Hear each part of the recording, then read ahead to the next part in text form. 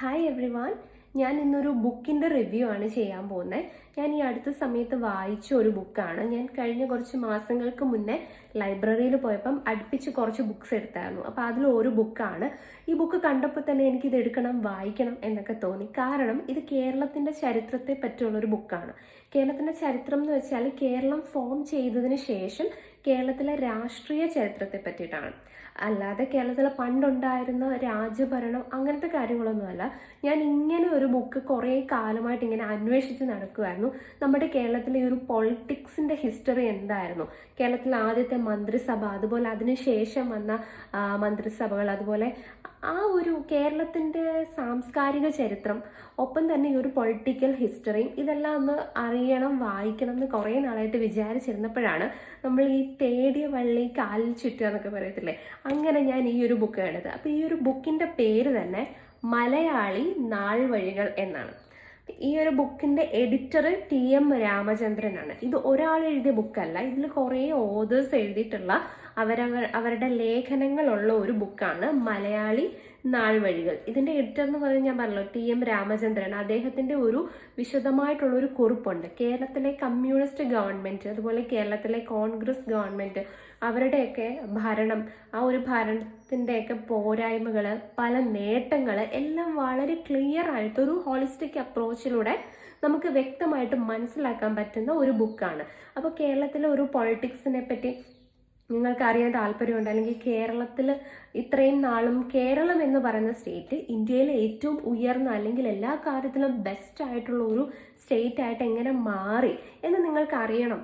അപ്പോൾ അതിനൊരു നല്ല സോഴ്സാണ് മലയാളി നാൾവഴികൾ എന്ന് പറയുന്ന ഈ ഒരു ബുക്ക്. അപ്പോൾ ഈ ഒരു ബുക്കിൻ്റെ ഈ ഒരു കവർ പേജ് തന്നെ കണ്ടില്ലേ, ഇതിനകത്തുള്ളൊരു നല്ല നൊസ്റ്റാൾജിയ ഉണർത്തുന്ന 2 സാധനങ്ങളുടെ പിക്ചേഴ്സ് ഉണ്ട്. ഒന്ന് നമ്മുടെ ഒരു തപാൽ ബോക്സാണ്, പോസ്റ്റ് ബോക്സ് ആണ്. അപ്പോൾ ഈ ഒരു സാധനം ഇപ്പം വളരെ റെയറായിട്ടാണ് കാണുന്നത്, ഇപ്പം അങ്ങനെ കാണാനേ ഇല്ല അല്ലേ. അപ്പോൾ ഒരു പഴയ ഒരു കേരളത്തിൻ്റെ ഒരു നൊസ്റ്റാൾജിയ ഉണർത്തുന്ന ഒരു പിക്ചറാണ് ഈ ഒരു പോസ്റ്റ് ബോക്സ്. പണ്ടൊക്കെ കേരളത്തിലെ ഓരോ ചെറിയ കവലകളിലൊക്കെ ഉണ്ടായിരുന്നു, പക്ഷെ ഇപ്പം കാണാൻ കുറവാണ്. നമ്മൾ ഗ്രാമപ്രദേശങ്ങളിലൊക്കെ കാണാം, ടൗണിലാണെങ്കിലും വളരെ കുറച്ചേ നമുക്കിപ്പോൾ ഇത് കാണാൻ പറ്റത്തുള്ളൂ. നമ്മളിന്ന് പോസ്റ്റ് അയക്കുന്നത് കുറവാണ്, ലെറ്റേഴ്സ് അയക്കുന്നത് കുറവാണ്. ഇപ്പം മിക്കതും നമ്മൾ ഒഫീഷ്യൽ പർപ്പസിന് വേണ്ടിയിട്ടാണല്ലോ ഇതിനെയൊക്കെ നമ്മൾ വളരെ റെയറായിട്ട് പോലും ആശ്രയിക്കുന്നത്. നമ്മളിപ്പം മോസ്റ്റ്ലി യൂസ് ചെയ്യുന്നത് എന്താ, വാട്സപ്പ് മെസ്സേജസ് ആയിരിക്കും, മെയിൽ ആയിരിക്കും, ഫോൺ കോൾ ആയിരിക്കും. അങ്ങനെയുള്ള ഇതിൻ്റെയൊക്കെ കടന്നു വരവോടുകൂടി നമുക്ക് നഷ്ടപ്പെട്ട, അല്ലെങ്കിൽ നമ്മൾ വേണ്ടെന്ന് വെച്ചൊരു കാര്യമാണ് പോസ്റ്റ്. ഇത് വേണം, ഇതിലേക്ക് തിരിച്ചു പോകണം എന്നല്ല, നമ്മൾ അപ്ഡേറ്റഡ് ആയിരിക്കുന്നത് തന്നെയാണ് എപ്പോഴും നല്ലത്. പക്ഷെ ആ ഒരു പഴയ ഒരു അന്നത്തെ കാലത്തിൻ്റെ ആ ഒരു കൾച്ചറിൻ്റെ, ആ ഒരു ലൈഫിൻ്റെ ഒരു സിമ്പലായിരുന്നു ഈ ഒരു പോസ്റ്റ് ബോക്സ് എന്നൊക്കെ പറഞ്ഞ്.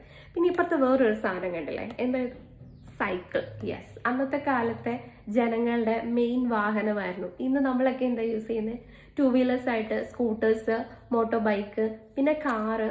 മോസ്റ്റ്ലി എല്ലാവരും അങ്ങനെയൊക്കെയാണ് ഇപ്പം ജീവിക്കുന്നത്. അപ്പം പണ്ട് കാലത്തൊരു ഗ്രാമത്തിൻ്റെ, അല്ലെങ്കിൽ അന്നത്തെ നഗരങ്ങളിൽ പോലും സൈക്കിൾസ് ആയിരുന്നു മെയിൻ ആയിട്ടുണ്ടായിരുന്ന ഒരു വാഹനം എന്ന് പറയുന്നത്.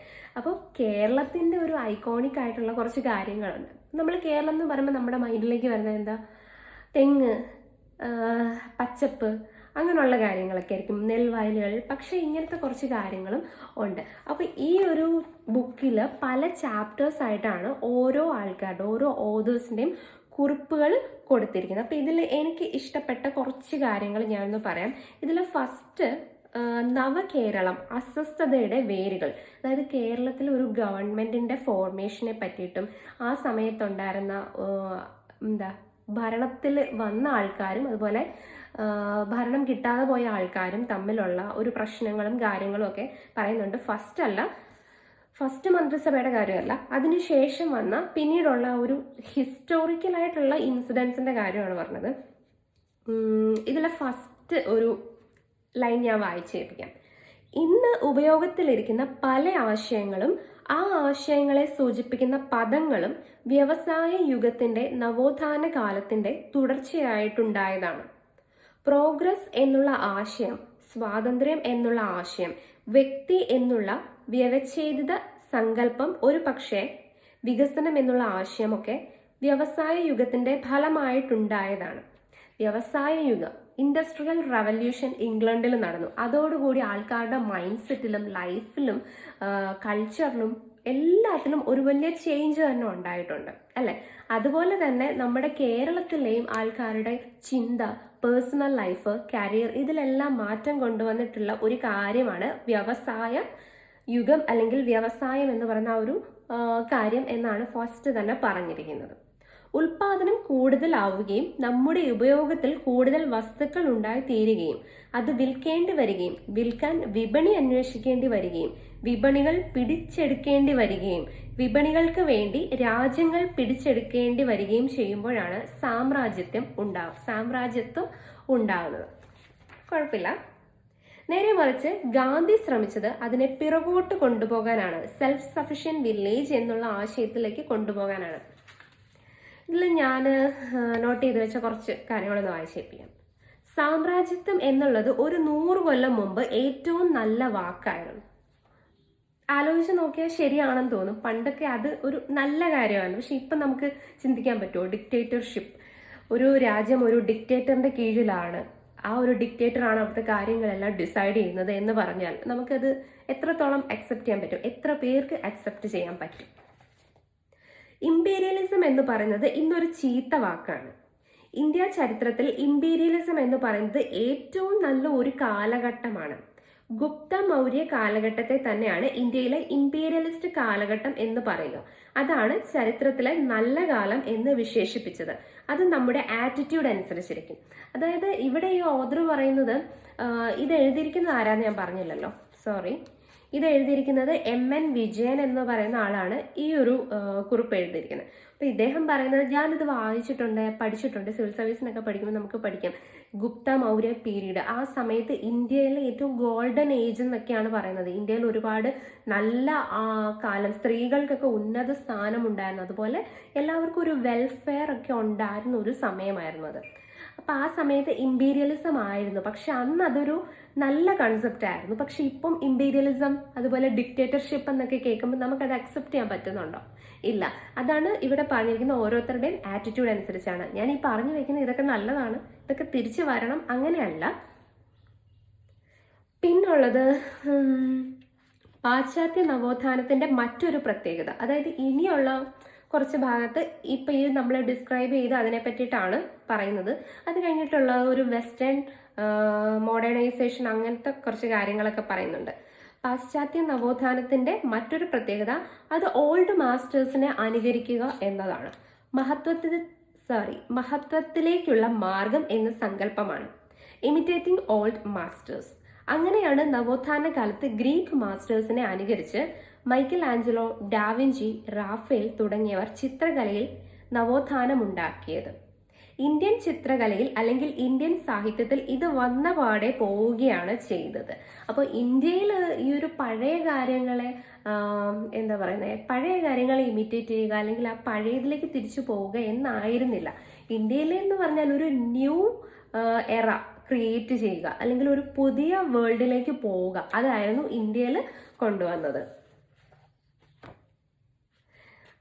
കാളിദാസിന്റെ രഘുവംശം, കുമാരസംഭവം തുടങ്ങി മുഴുവൻ കൃതികളും AR രാജരാജവർമ്മയും മറ്റുള്ളവരുമായിട്ട് തർജ്ജിമ ചെയ്യുന്നു.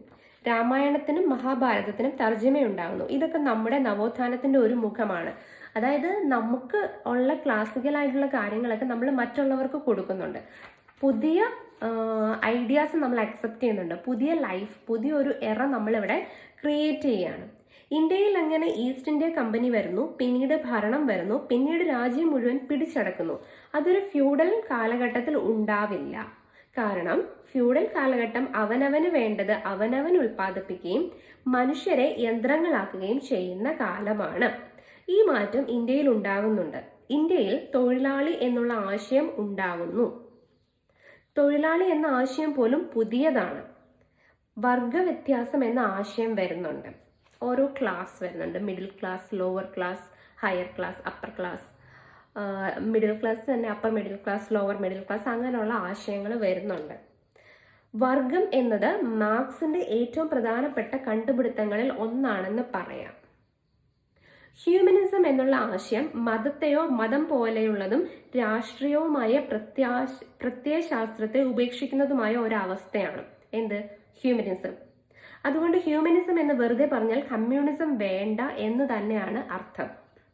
അതൊരു കാലത്ത് 940-കളിൽ വലിയൊരു ചർച്ചാ വിഷയമായിരുന്നു.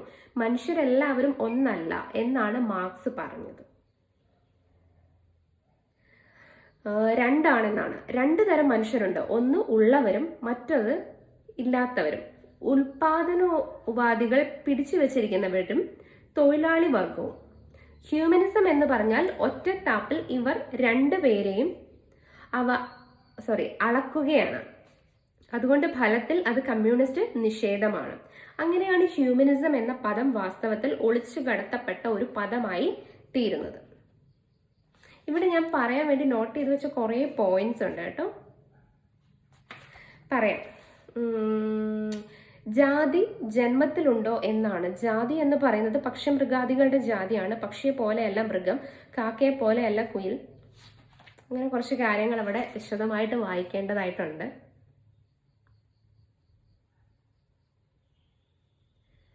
Renaissance is the releasing factor. ഞാൻ അണ്ടർലൈൻ ചെയ്തൊരു പോയിന്റ് ആണ്. ഇതൊക്കെ വായിക്കുമ്പം നമുക്ക് ഇങ്ങനത്തെ കുറച്ച് വളരെ റെയർ ആയിട്ടുള്ള വേർഡ്സും ലൈൻസും സെന്റൻസസും കിട്ടും. അതൊക്കെ നോട്ട് ചെയ്ത് വെക്കുക. നമുക്ക് ലൈഫിൽ എപ്പോഴെങ്കിലും ഉപകാരപ്പെടുന്ന കുറച്ച് കാര്യങ്ങളാണ് ഇങ്ങനെയൊക്കെ വായിക്കുമ്പം നമുക്ക് കിട്ടുന്നത്. സോ ഇങ്ങനെയുള്ള ബുക്സ് വായിക്കുക. ഇപ്പം ഞാൻ ഇത്രയും നേരം വായിച്ചത് കേരളത്തിലെ കാര്യമല്ല, ഇന്ത്യയുടെ കാര്യമാണ്. ഇനിയാണ് നമ്മൾ പതുക്കെ കേരളത്തിലേക്ക് പോകുന്നത്. യു ആർ ബോൺ കാർപ്പൻ്റർ ആണ്. അതിലൊരു സൗകര്യമുണ്ട്. ഒന്നും അന്വേഷിച്ച് നടക്കണ്ട, വീട്ടിലിരുന്ന് പഠിക്കുക, പഠിച്ചത് തന്നെ ചെയ്തുകൊണ്ടിരിക്കുക. അപ്പോൾ ആങ്സൈറ്റി കുറവായിരിക്കും. വളർച്ചയില്ലെങ്കിൽ ആങ്സൈറ്റി ഇല്ല. വളർച്ച എപ്പോൾ ഉണ്ടാവുന്നോ അപ്പോൾ ആങ്സൈറ്റി ഉണ്ടാവും. അത് സത്യമാണ്, നമുക്ക് എല്ലാവർക്കും അറിയാം.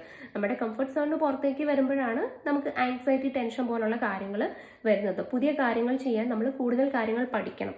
അപ്പോൾ എന്തായാലും സ്വാഭാവികമായിട്ടും ടെൻഷൻ ഉണ്ട്. അപ്പോൾ ഈ ഒരു ഹിസ്റ്ററി, ഈ ഒരു ഭാഗത്ത് കുറച്ച് മോട്ടിവേഷൻ ഉണ്ടായി. ആ മോട്ടിവേഷൻ എന്ന് പറയുന്നത് നമ്മുടെ രാജ്യത്തിന്റെ ഡെവലപ്മെന്റുമായിട്ട് ബന്ധപ്പെട്ട ഒരു ഭാഗത്തു നിന്നാണ് ഈ ഒരു സെന്റൻസ് ഞാൻ വായിച്ചത്. ഇനിയാണ് നമ്മൾ കേരളത്തിന്റെ കാര്യത്തേക്ക് പോകുന്നത്. ഇതിനു മുമ്പ് കേരളത്തിന്റെ കാര്യത്തേക്ക് പോകുന്നതിന് മുമ്പ് റിനൈസൻസിനെ പറ്റി ഒരു സെന്റൻസ് ഞാൻ വായിക്കാം. റിനൈസൻസിനെ നമ്മൾ കാണുന്നത് ഈ സ്ട്രക്ചറിലായിട്ടുള്ള ശൈഥില്യം കൊണ്ടാണ്. ഫ്യൂഡൽ സ്ട്രക്ചറിന്റെ ഉൽപാദന രീതിയുടെ പാരമ്പര്യ രീതിയിൽ നിന്നുള്ള തകർച്ച മനുഷ്യനെ പൂർണ്ണമായും സ്വതന്ത്രനാക്കും, ചോദ്യങ്ങൾ ചോദിക്കുന്ന ഒരാളാക്കി മാറ്റും. അതുകൊണ്ട് റിനൈസൻസ് ചോദ്യങ്ങളുടെ ഒരു കാലമാണ്. നമുക്കറിയാലോ എന്തുകൊണ്ടാണ് നവോത്ഥാനം ഉണ്ടായത്. പലരും ചോദ്യങ്ങൾ ചോദിക്കാൻ തുടങ്ങി. പലരും ഭരിക്കുന്ന ആൾക്കാരോട് കാരണങ്ങൾ നിരത്തി ചോദ്യങ്ങൾ ചോദിക്കാൻ തുടങ്ങി. അങ്ങനെയാണ് നവോത്ഥാനം ലോകത്തെ എല്ലായിടത്തും ഉണ്ടായത്. അത് ഇവിടെ പറഞ്ഞിട്ടുണ്ട്, റിനൈസൻസ് ചോദ്യങ്ങളുടെ ഒരു കാലമാണ്. ജീവിത നവീകരണത്തിന് നവോത്ഥാനം പല പോംവഴികളും മുന്നോട്ട് വെച്ചിട്ടുണ്ട്. ഒരു പോംവഴി ചന്തുമേനോൻ പറയുന്ന പാശ്ചാത്യവൽക്കരണമാണ്. ചന്തുമേനോൻ പാശ്ചാത്യ സമുദായത്തെ കണ്ടു, അത് നമ്മളുടേതിനേക്കാൾ വളരെ ഫ്രീ ആണെന്ന് തിരിച്ചറിഞ്ഞ് അത്തരം ഒരു ഫ്രീഡം നമുക്ക് വേണമെന്ന് പറഞ്ഞ ആളാണ് ചന്തുമേനോൻ. അതാണ് ഇന്ദുലേഖയുടെ ഒരർത്ഥം. ഇന്ദുലേഖ ഞാൻ വായിച്ചിട്ടില്ല, വായിച്ചിട്ടുള്ളവരുണ്ടെങ്കിൽ ദയവ് ചെയ്ത് ഒന്ന് കമന്റ് ചെയ്യണേ. കൂട്ടുകുടുംബം നശിക്കണമെന്ന് അദ്ദേഹം പറഞ്ഞു. കൂട്ടുകുടുംബം നശിക്കാൻ വേണ്ടിയാണ് കോടതിയിൽ കേസ് ഉണ്ടാകുന്നത്. ശാരദ എഴുതുന്നത് മുഴുവനാകാതെ മരിക്കുന്നത്. ഇപ്പോൾ നമ്മൾ കൂട്ടുകുടുംബം വേണമെന്നാണ് പറയുന്നത്. നാലുകെട്ട് MT വാസുദേവൻ നായർ എഴുതുന്നത് വരെ കൂട്ടുകുടുംബം നശിക്കണമെന്നും നാലുകെട്ട് പൊളിക്കണമെന്നുമാണ് പറഞ്ഞിരുന്നത്. ഇപ്പോൾ വാസ്തുവിദ്യക്കാർ പറയുന്നത് നാലുകെട്ട് ഉണ്ടാക്കണമെന്നും നടുമുറ്റം വേണമെന്നുമാണ്. നേരെ വിപരീതം. അതാണ് തിരിച്ചു നടക്കുക എന്ന് പറയുന്നത്. 16-ാം നൂറ്റാണ്ടിന്റെ അവസാനത്തോടെ ഇവിടെ വാസ്കോഡ ഗാമ എത്തുന്നു. കേരളത്തെ സംബന്ധിച്ചിടത്തോളം ഏറ്റവും അറോഗന്റ് ആയ സമൂഹമാണ് പോർച്ചുഗീസ് സമൂഹം. പക്ഷേ അവരാണ് നമ്മൾ ഉപയോഗിക്കുന്ന പല സാധനങ്ങളും കൊണ്ടുവന്നത്. നമ്മൾ സ്കൂളിൽ മുതലേ പഠിക്കുന്ന കാര്യങ്ങളാണ് ഇതൊക്കെ. പറങ്കി മാവ് മുതൽ പറങ്കി പുണ്ണു വരെ, മെക്സിക്കൻ മുളക് മുതൽ മത്തങ്ങ വരെ, നമ്മുടെ നാട്ടിലുള്ള മാവിനങ്ങൾ എന്നായിരിക്കും, മാവനങ്ങൾ എന്നാണ് എഴുതിയിരിക്കുന്നത് മുഴുവൻ. അത്രയധികം കോൺട്രിബ്യൂഷൻ അവരിൽ നിന്നും ഉണ്ടായിട്ടുണ്ട്. അവരാണ് ആദ്യം ചട്ട കൊണ്ടുവന്നത്. ചട്ട, സ്ത്രീകൾ ചട്ട ഇടണമെന്ന് പറയുക, വസ്ത്രധാരണ രീതിയിൽ മാറ്റം വരുത്തുക. ചട്ടക്കാരി എന്ന് പറയാൻ കാരണം അതാണ്, ചട്ട ഉപയോഗിക്കുന്ന സ്ത്രീകൾ. ഷർട്ടിടുന്ന സ്ത്രീ എന്നാണ് അതിന്റെ അർത്ഥം. മേൽവസ്ത്രം ധരിക്കാത്ത സ്ത്രീയുടെ നടുവിൽ ഷർട്ടിടുന്ന സ്ത്രീ മോശക്കാരിയാണെന്നായിരുന്നു നമ്മുടെ സങ്കല്പം ഇതിന് നേരെ തിരിച്ചായിരുന്നു. അങ്ങനെ അതൊരു കർശനമായ ധാർമ്മികതയും കൊണ്ടുവന്നു. അതാണ് ഉദയം പേരൂർ സുനഹദോസിൽ അവസാനിച്ച് ക്രിസ്ത്യൻ സമുദായത്തെ ഇവിടുത്തെ സമുദായത്തിൽ നിന്ന് മാറ്റി നിർത്തുന്ന അവസ്ഥയിലേക്ക് എത്തിക്കുന്നത്. അതുപോലെ പാകിസ്ഥാന്റെ സ്ഥാപകരിൽ ഒരാളാണെന്ന് കരുതപ്പെടുന്ന ഇക്ബാലാണ് ഇന്ത്യയിലെ ഏറ്റവും നല്ല ദേശീയഗാനം എഴുതിയത്. അങ്ങനെ കുറച്ച് കാര്യങ്ങൾ ഇവിടെ പറയുന്നുണ്ട്. പിന്നെ സ്വാതന്ത്ര്യ സമര പ്രസ്ഥാനത്തെ പറ്റി ഇവിടെ വളരെ ഡീറ്റെയിൽ ആയിട്ട് പറയുന്നുണ്ട്. അംബേദ്കറിന്റെ കാര്യങ്ങളും എല്ലാം വളരെ ഡീറ്റെയിൽ ആയിട്ട് പറയുന്നുണ്ട്. അപ്പോൾ ഇതൊക്കെ വായിക്കാൻ താല്പര്യമുള്ളവർക്ക് എന്തായാലും നല്ലൊരു ബുക്കാണ്. ഇന്ത്യയിൽ അടിമത്വവും അടിമകളുടെ ഐക്യവും ഉറപ്പിച്ചത് ബ്രിട്ടീഷ് ഭരണമാണ്, ശരിയല്ലേ? അതിനു മുൻപ് ഇല്ലായിരുന്നു എന്നല്ല, ഉണ്ടായിരുന്നു. എന്നാൽ അത് കുറച്ചും കൂടി ആധികാരികമായിട്ട് വന്നതും ഈ ഒരു സമയത്താണ്. അതിനു മുമ്പ് നല്ലപോലെ ഉണ്ടായിരുന്നു. പിന്നെ കേരളം പിറക്കുന്ന അതിന് ശേഷമുള്ള കാര്യങ്ങളാണ്.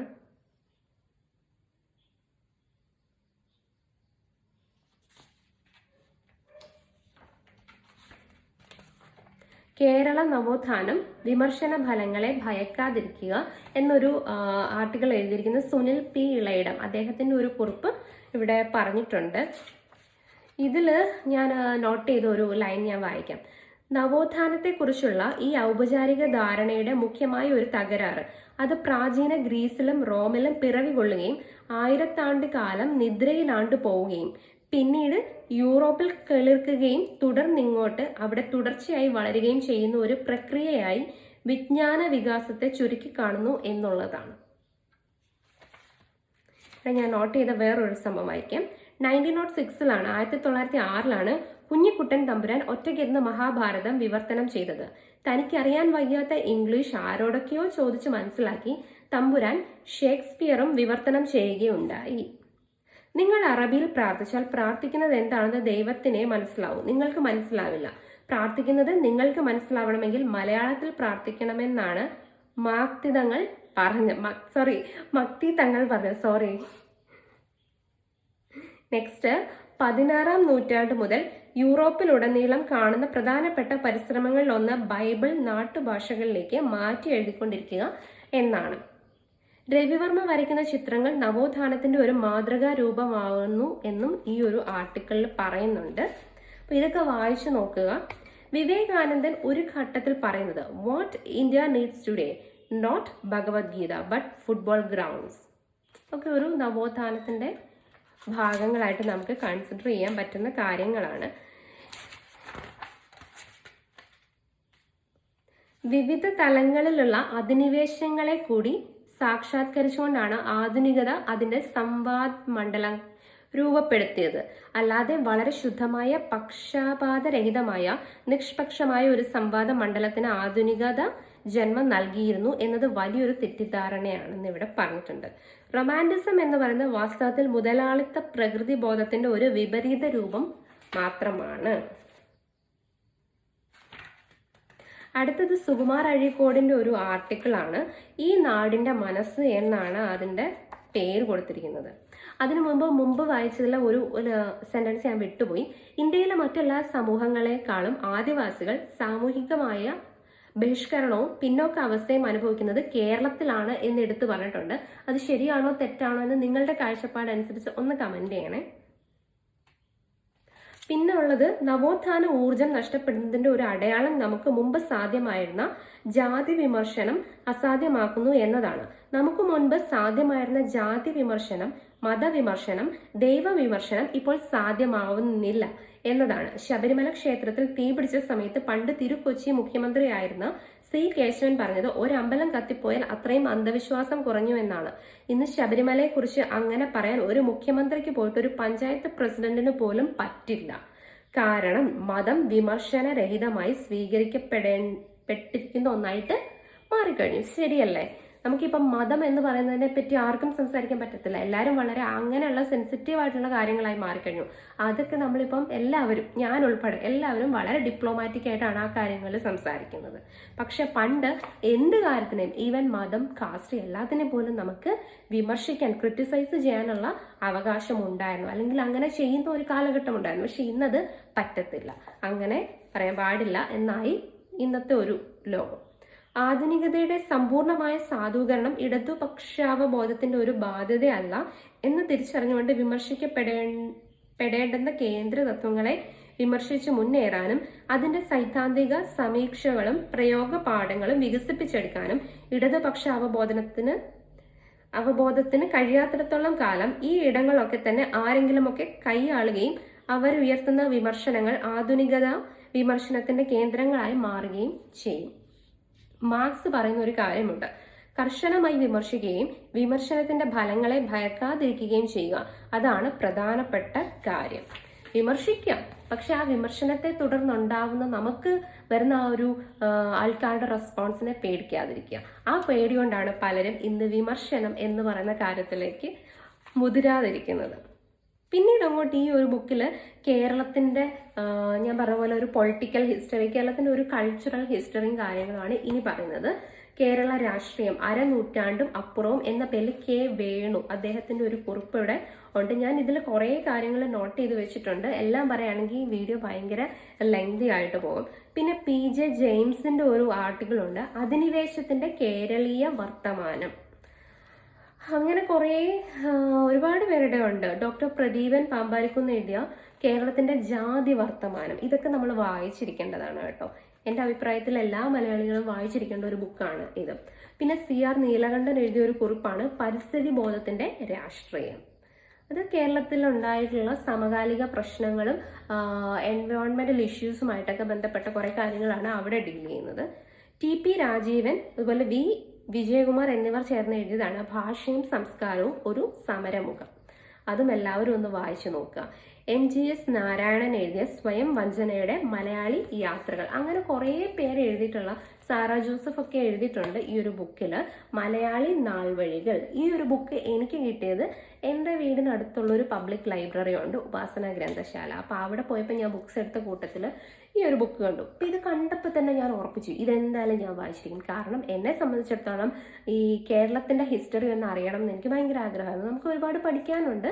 പക്ഷെ ഒരു ബുക്ക് ഒരു എക്സ്റ്റേണൽ സോഴ്സിലൂടെ നമ്മൾ വായിക്കുന്നതും സ്കൂളിലും കോളേജിലും ഒക്കെ വായിക്കുന്നതും തമ്മിൽ ഒരു സ്റ്റുഡൻറ്റിനെ സംബന്ധിച്ചിടത്തോളം വ്യത്യാസമുണ്ട് അല്ലേ. നമ്മളൊരു അല്ലാത്ത ബുക്കിൽ നിന്ന് വായിക്കുമ്പോൾ നമുക്ക് കുറച്ചും കൂടി മനസ്സിലാവും. സ്കൂളിൽ പഠിക്കുന്നതും മനസ്സിലാവും, പക്ഷെ ഇങ്ങനെയൊക്കെ വായിക്കുമ്പോൾ നമുക്കൊരു വേറൊരു എക്സ്പീരിയൻസ് ആണ്. സോ ഈ ഒരു ബുക്ക് കേരളത്തെ പറ്റിയുള്ളൊരു ബുക്കാണ്. കേരളത്തിൻ്റെ ഇന്നത്തെ അവസ്ഥ ഇങ്ങനെയായി, എന്തുകൊണ്ട് ഇങ്ങനെയായി, കേരളം എങ്ങനെ ഈ ഒരു ലെവലിൽ എത്തി, കേരളം കടന്നുപോയ ഓരോ വർഷങ്ങൾ, ഓരോ നാൾ വഴികൾ, മലയാളി നാൾ വഴികൾ എന്ന ഈ ഒരു ബുക്കിലൂടെ നമുക്ക് വായിക്കാൻ പറ്റും. അപ്പോൾ എല്ലാവരും ഈ ഒരു ബുക്ക് വായിക്കാൻ വേണ്ടി ട്രൈ ചെയ്യുക. നിങ്ങളുടെയൊക്കെ അടുത്തുള്ള ലൈബ്രറികളിൽ ഈ ഒരു ബുക്ക് ഉണ്ടാവും. ഇതിൻ്റെ പ്രൈസ് എന്ന് പറയുന്നത് 200 റുപ്പീസാണ്, 200 രൂപയാണ്. iBooks കേരളയാണ് ഇത് പബ്ലിഷ് ചെയ്തിരിക്കുന്നത്. അപ്പോൾ ഇത്രയേ ഉള്ളൂ ഈ ഒരു ബുക്കിനെ പറ്റി പറയാൻ വേണ്ടിയിട്ട്. നല്ലൊരു ബുക്കാണ്. ഹിസ്റ്ററിയൊക്കെ പഠിക്കാൻ താല്പര്യമുള്ളവർ, അല്ലെങ്കിൽ കുറച്ചും കൂടി സാമൂഹ്യ അവബോധം വേണം, എനിക്ക് കുറച്ചും കൂടി കേരളത്തെ പറ്റി അറിയണം എന്നൊക്കെ ആഗ്രഹമുള്ളവർക്ക് വായിക്കാൻ പറ്റിയ നല്ലൊരു ബുക്കാണ്. അപ്പോൾ വായിച്ചു നോക്കുക. ഇത്രയേ ഉള്ളൂ. Thank you so much for watching. By.